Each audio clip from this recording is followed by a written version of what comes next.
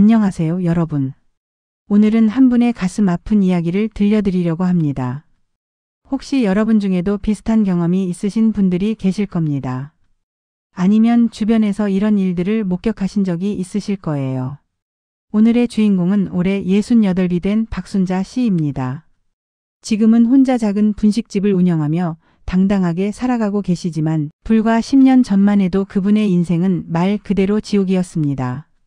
순자 씨는 25살에 중매로 결혼을 했습니다. 그때만 해도 남편 되시는 분이 그렇게 성실해 보였대요. 공무원 시험 준비 중이라고 했고 집안도 나쁘지 않아 보였습니다. 시어머니는 좀 까다로워 보였지만 뭐 그 시절엔 다 그런 줄 알았죠. 결혼 초반에는 그럭저럭 괜찮았습니다. 남편은 직장을 다녔고 순자 씨도 공장에 다니면서 살림을 꾸려갔어요. 애가 둘 생기면서부터 조금씩 달라지기 시작했습니다. 남편이 술을 마시기 시작한 거예요. 처음엔 가끔씩이었는데 점점 횟수가 늘어났습니다. 술만 마시면 성격이 완전히 변했어요. 평소엔 말도 잘 안 하던 사람이 술만 마시면 고래고래 소리를 지르고 물건을 집어던지고 급기야 손찌검까지 하기 시작했습니다. 순자 씨는 참았어요. 애들 때문에 참았고 세상 사람들 눈이 무서워서 참았습니다. 그렇게 30년을 살았습니다. 30년이에요. 젊은 분들은 상상이 안 가시겠지만 그 시절 여자들은 그렇게 살았어요. 이혼이라는 건 생각도 못했죠. 주변에서도 그냥 참고 살라고만 했으니까요. 그런데 그날 그 명절날 순자 씨의 인생이 완전히 바뀌는 사건이 일어났습니다. 추석이었어요. 순자 씨는 새벽부터 일어나 전을 부치고 나물을 무치고 탕을 끓였습니다. 시댁에 가져갈 음식을 준비하느라 밤을 꼬박 새웠죠. 허리는 끊어질 것 같았고 다리는 후들거렸지만 시어머니 눈밖에 날까 봐 정성을 다했습니다. 시댁에 도착했을 때는 이미 시동생네 식구들이 와 있었어요. 시누이네도 곧 도착했죠. 집안은 금방 북적거렸습니다. 순자 씨는 부엌으로 가서 또 일을 시작했어요. 상을 차리고 설거지하고 아이들 밥 먹이고. 그 사이 남자들은 거실에서 술을 마시기 시작했습니다. 남편도 물론 거기 끼어 있었죠. 시간이 지날수록 남편의 목소리가 커졌어요. 순자 씨는 불안했습니다. 집에서라면 모를까 시댁 식구들 앞에서만큼은 제발 사고 치지 말아달라고 속으로 빌었죠. 그런데 그때였습니다. 시어머니가 순자 씨를 불렀어요. 거실로 나가보니 남편이 벌겋게 취해서 소파에 비스듬히 누워 있었습니다. 시어머니가 말했죠. 애비가 술 좀 과한 것 같으니까 데리고 집에 가. 순자 씨는 남편에게 다가가서 조심스럽게 말했습니다. 여보, 우리 이제 집에 갈까요? 그 순간이었습니다. 남편이 벌떡 일어나더니 순자 씨의 머리채를 움켜잡았어요. 그리고는 시댁 식구들이 모두 보는 앞에서 순자 씨를 바닥에 내팽개쳤습니다. 이 년이 감히 나한테 명령을 해! 집에 가자고! 순자 씨는 바닥에 넘어졌습니다. 뒤통수를 세게 부딪혀서 눈앞이 핑 돌았어요. 귀에서는 이명이 울렸죠. 하지만 몸의 고통보다 더 큰 건 마음의 고통이었습니다. 그 많은 시댁 식구들이 지켜보고 있었어요. 시어머니, 시아버지, 시동생 부부, 시누이 부부, 조카들까지. 모두가 그 장면을 봤습니다. 그런데 아무도 말리지 않았어요. 시어머니는 한숨만 쉬었고 시아버지는 고개를 돌렸습니다. 시동생은 휴대폰만 들여다봤죠. 남편은 거기서 멈추지 않았습니다. 순자 씨가 일어서려고 하자 또 머리채를 잡아 끌었어요. 순자 씨의 머리카락이 한 움큼 뽑혔습니다. 피가 났어요.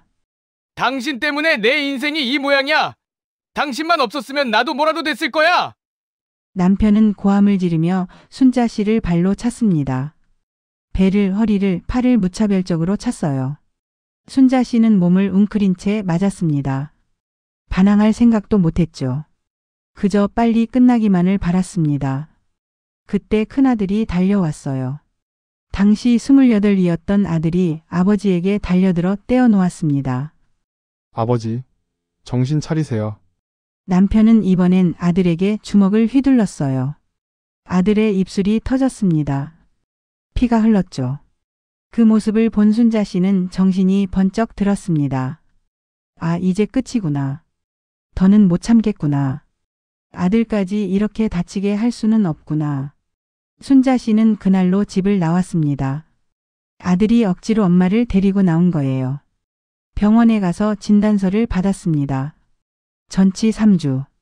갈비뼈에 금이 갔고 머리는 일부가 벗겨졌으며 온몸에 멍이 들었습니다. 다음 날 순자 씨는 경찰서에 갔습니다. 고소장을 냈어요.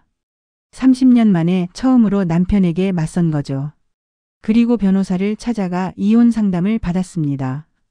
하지만 여기서부터가 진짜 지옥의 시작이었어요. 남편은 순자 씨가 집을 나갔다는 사실에 분노했습니다. 악성 민원을 넣었어요. 순자 씨가 다니던 식당에 찾아가서 행패를 부렸죠. 순자 씨는 일자리를 잃었습니다. 시댁 식구들도 가만히 있지 않았어요. 시어머니는 동네방네 돌아다니며 순자 씨 험담을 했습니다. 며느리가 남편을 버리고 나갔다고 불효자식이라고 폐륜이라고 소문을 냈죠. 친정 부모님한테까지 연락이 갔어요.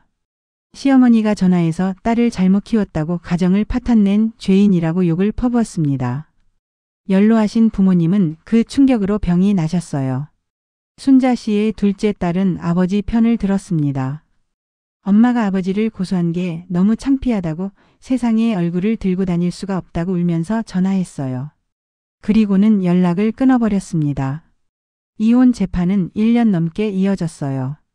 남편 측 변호사는 순자 씨를 최대한 나쁜 사람으로 만들려고 했습니다.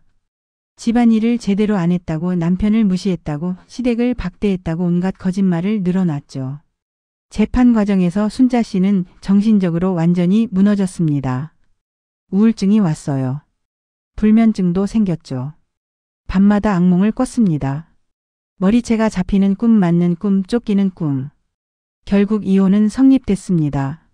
하지만 순자 씨가 받은 건 거의 없었어요. 30년을 살았는데 재산 분할로 받은 건 고작 1,000만 원. 집도 예금도 아무것도 없었습니다. 알고 보니 남편이 이혼 소송 전에 재산을 다 빼돌렸던 거예요. 55살의 나이에 순자 씨는 빈손으로 세상에 나왔습니다. 일자리도 없고 살 곳도 없고 연락하는 사람도 거의 없었어요. 큰아들만이 엄마 편을 들어줬지만 그 아들도 자기 가정을 꾸려야 했기에 계속 의지할 수는 없었죠. 순자 씨는 고시원에 방을 얻었습니다.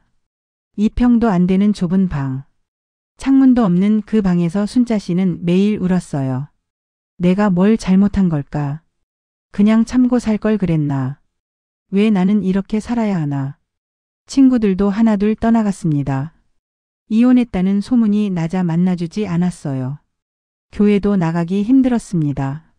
사람들의 수군거림과 동정 어린 시선을 견딜 수가 없었죠.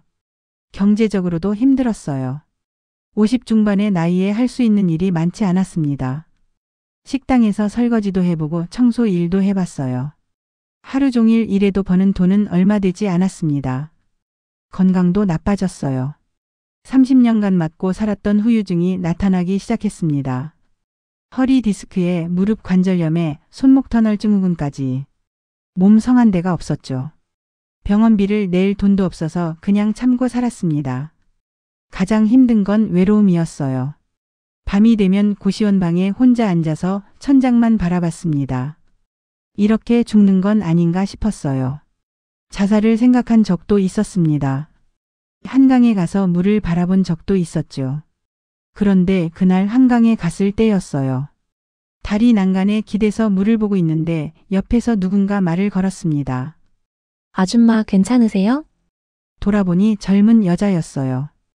20대 후반쯤 돼 보이는. 그 여자는 순자 씨를 보더니 커피 한 잔을 건넸습니다. 힘드신 것 같아서요. 이거 드시고 힘내세요. 순자 씨는 그 작은 친절에 눈물이 났어요. 그동안 아무도 자기한테 친절하게 대해주지 않았거든요.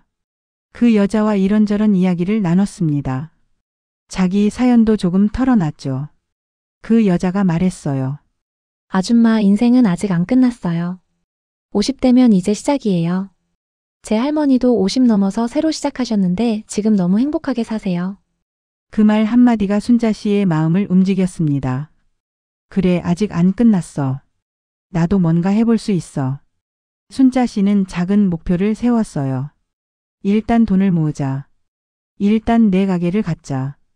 그래서 더 열심히 일했습니다. 하루에 두세 군데 일자리를 뛰었어요. 새벽에 시장 청소를 하고 낮에는 식당에서 일하고 저녁에는 편의점 야간 근무를 했죠. 잠은 하루에 서너 시간밖에 못 잤어요. 밥은 라면으로 때웠습니다. 옷도 안 사고 어디 놀러도 안 가고 오로지 돈만 모았어요. 1년, 2년, 3년. 그렇게 5년을 버텼습니다. 55세 집을 나와서 60이 될 때까지 쉬지 않고 일했어요. 그리고 드디어 작은 분식집을 차릴 돈을 모았습니다. 동네 구석에 있는 5평짜리 작은 가게였어요. 월세도 비싸고 시설도 낡았지만 순자 씨에게는 세상에서 가장 소중한 공간이었습니다. 내 이름으로 된 가게. 내가 사장인 곳.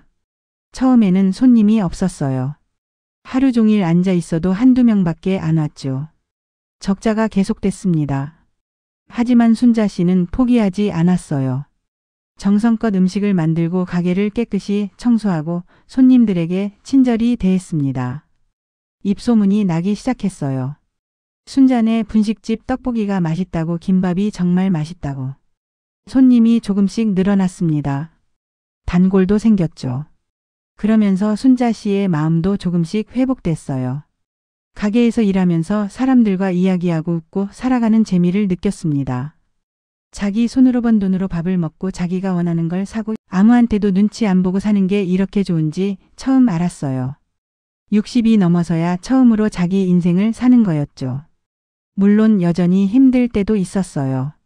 몸이 아플 때, 외로울 때, 옛날 생각이 날 때. 특히 명절 때가 제일 힘들었습니다. TV에서 온 가족이 모여 웃고 떠드는 장면을 보면 눈물이 났어요. 하지만 이제는 달랐어요. 예전처럼 무기력하게 우는 게 아니라 울고 나서 다시 일어났습니다. 가게 문을 열고 떡볶이를 끓이고 손님을 맞이했어요. 그게 순자 씨의 힘이었습니다. 시간이 지나면서 둘째 딸도 다시 연락을 해왔어요. 결혼을 하고 애를 낳으면서 엄마 마음을 조금 이해하게 됐다고 했습니다. 미안하다고 엄마가 겪은 고통을 이제야 알 것 같다고 울면서 말했죠. 순자 씨는 딸을 용서했어요. 원망하지 않았습니다. 그 애도 어렸으니까 어쩔 수 없었다고 생각했죠. 지금 다시 관계를 회복할 수 있다는 것만으로도 감사했어요. 친정 부모님도 나중에야 딸의 선택이 옳았다는 걸 인정하셨습니다. 처음엔 세상 체면이 부끄러워 딸을 원망했지만 막상 딸이 혼자 힘으로 살아가는 모습을 보니 대견하고 미안했다고 하셨어요. 큰아들은 여전히 엄마 편이었어요. 가끔 가게에 들러서 일도 도와주고 밥도 같이 먹었습니다. 손주들도 데려와서 할머니 떡볶이가 제일 맛있다고 했죠. 그럴 때 순자 씨는 정말 행복했어요. 전 남편은 지금 어떻게 사는지 모릅니다. 소식도 듣지 않고 궁금하지도 않아요. 그냥 내 인생에서 사라진 사람. 그걸로 충분했습니다. 순자 씨는 지금 68입니다. 매일 새벽 5시에 일어나서 가게 문을 열고 저녁 9시에 닫아요. 힘들지만 행복합니다. 누구한테 맞지도 않고 눈치 보지도 않고 내 마음대로 살 수 있으니까요. 가끔 단골 손님들이 물어봐요. 힘들지 않으세요? 외롭지 않으세요? 그럼 순자 씨는 이렇게 대답합니다. 힘들죠. 외롭죠. 그래도 예전보다 100만 배 낫습니다. 그렇습니다. 혼자 사는 게 외로워도 늙어서 가게 일하는 게 힘들어도 순자 씨는 행복합니다. 자유니까요. 30년간 감옥 같은 결혼 생활에서 벗어났으니까요. 순자 씨가 여러분께 하고 싶은 말이 있대요. 나이가 많다고 포기하지 마세요. 늦었다고 생각하지 마세요. 50이든 60이든 70이든 새로 시작할 수 있어요. 나도 50 중반에 빈손으로 나와서 지금 이렇게 살고 있잖아요. 무서워도 용기를 내세요. 그래야 사람답게 살 수 있어요. 순자 씨의 이야기를 들으면서 많은 생각이 들었습니다. 지금도 한국 사회 어딘가에는 순자 씨처럼 고통받는 분들이 많을 거예요. 참고 살아야 한다는 강요, 이혼은 창피하다는 인식, 여자는 무조건 참아야 한다는 편견. 하지만 변하고 있습니다. 순자 씨처럼 용기를 내는 분들이 늘어나고 있어요. 나이가 많아도 돈이 없어도 갈 곳이 없어도 그래도 존엄하게 살아야 한다는 걸 깨닫고 있습니다. 폭력은 절대 용납될 수 없어요. 나이가 많다고 결혼했다고 집안 체면 때문이라고 폭력을 참아서는 안 됩니다. 그건 사랑이 아니에요. 그건 범죄입니다. 혹시 지금 이 방송을 들으시는 분들 중에 비슷한 상황에 계신 분이 있다면 용기를 내시길 바랍니다. 123은 가정폭력 상담 전화가 있어요. 경찰에 신고할 수도 있습니다. 주민센터나 여성긴급 전화 1366에 연락하셔도 돼요. 늦었다고 생각하지 마세요. 순자 씨도 55세 새로 시작했잖아요. 여러분도 할 수 있습니다. 그리고 주변에 이런 분들이 계시다면 외면하지 말아주세요. 작은 관심과 도움이 누군가의 인생을 바꿀 수 있어요. 그날 한강에서 순자 씨에게 커피를 건넸던 그 젊은 여자처럼요. 우리 모두는 존엄한 존재입니다. 나이가 많아도 돈이 없어도 혼자여도 우리는 행복할 자격이 있어요. 폭력과 억압에서 벗어나 자유롭게 살 권리가 있습니다. 순자 씨는 지금도 작은 분식집에서 떡볶이를 끓이고 계실 거예요. 손님들에게 웃으며 음식을 내오면서 자기만의 평화로운 일상을 살아가고 계시겠죠. 그분의 주름진 손에는 30년의 고통이 새겨져 있지만 그 얼굴에는 자유를 찾은 사람만이 가질 수 있는 평온함이 있습니다. 오늘 이야기가 누군가에게는 위로가 되고 누군가에게는 용기가 되고 또 누군가에게는 경각심이 됐으면 좋겠습니다. 우리 모두 행복하게 살 권리가 있습니다. 나이와 상관없이요. 이 글이 도움이 되었다면 구독과 좋아요 눌러주세요. 긴 이야기 들어주셔서 감사합니다.